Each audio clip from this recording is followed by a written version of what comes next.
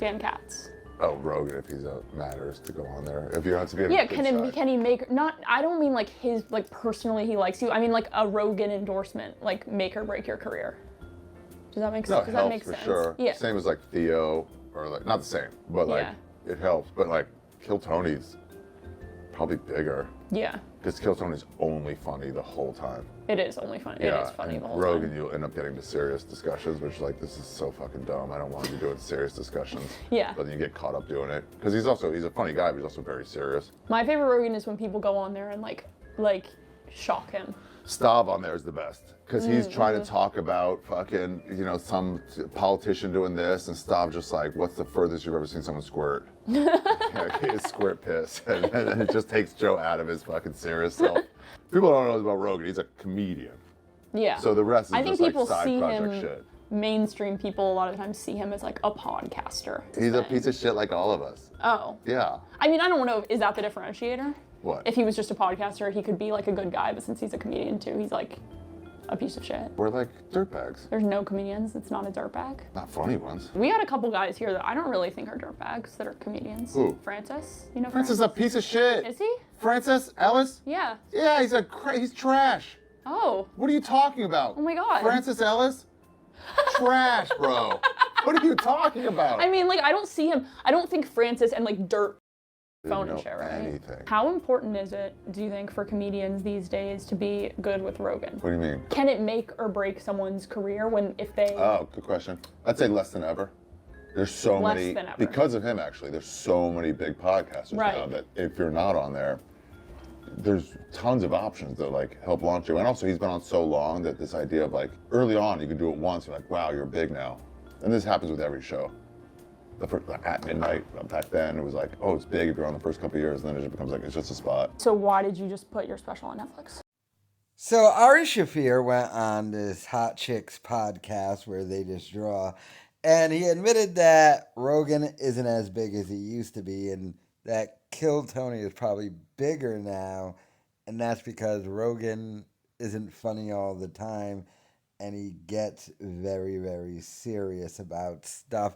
And I think what Ari's referring to is even different from Rogan before, where Rogan would talk about all different kinds of stuff before, but Rogan has definitely gone deeper into the realm of like politics and having on politicians in serious discussions and stuff and political topics, and Ari's not into all that, so he's going to say something like Kill Tony is bigger, which is, Tony Hinchcliffe's podcast that is just based on stand-up comedy.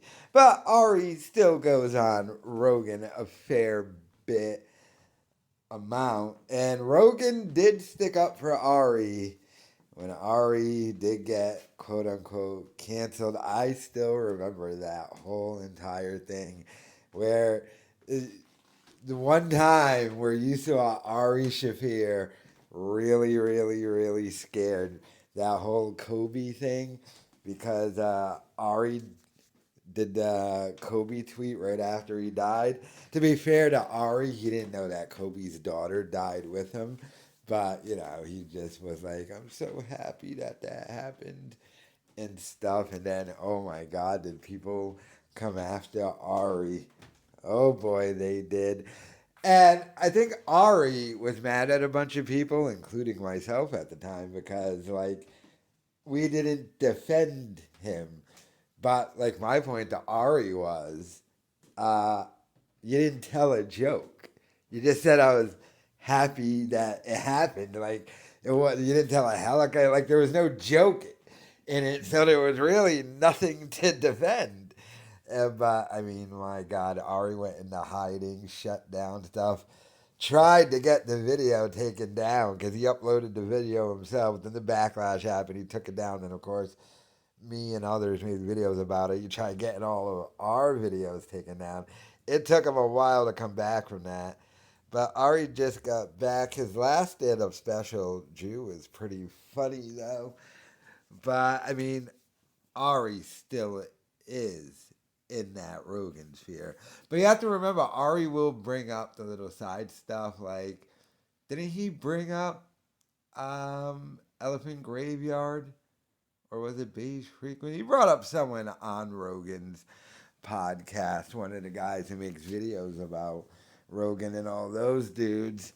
But, I mean, Joe Rogan, there was a fall, but there's also been sort of a regain. I think a bunch of the fall mainly had to do with him just going to Spotify, though. Especially when he was like just exclusively on Spotify. I think a lot of that was just that, but I mean, there has been a fall now. I mean, Shab was just on there, and it did absolutely nothing for him.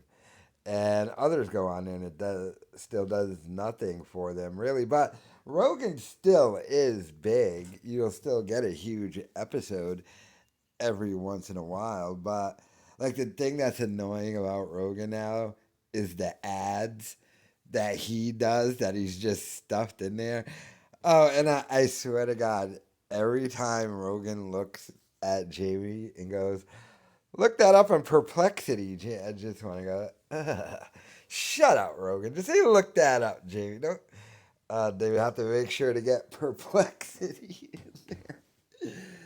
Oh, but there was a little bit of a fall, but I mean, it was completely worth it. Because you got to remember, people forget this. Rogan kind of had to make that move to Spotify because he wasn't going to stop over the COVID thing. And if he didn't make that move, he was definitely going to get thrown off of YouTube at the time. They would have thrown him off and took his channel. Whether you agree with what he had to say about that stuff or not, that was just absolutely 100% going to happen. So, like that Spotify thing, everyone talks about the money he did it for, but it really wasn't the money.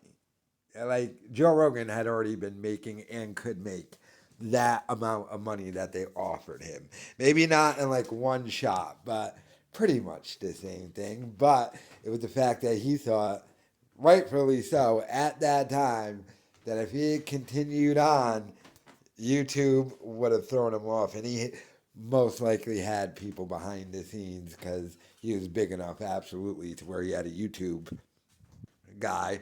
Because all the big guys have a YouTube guy.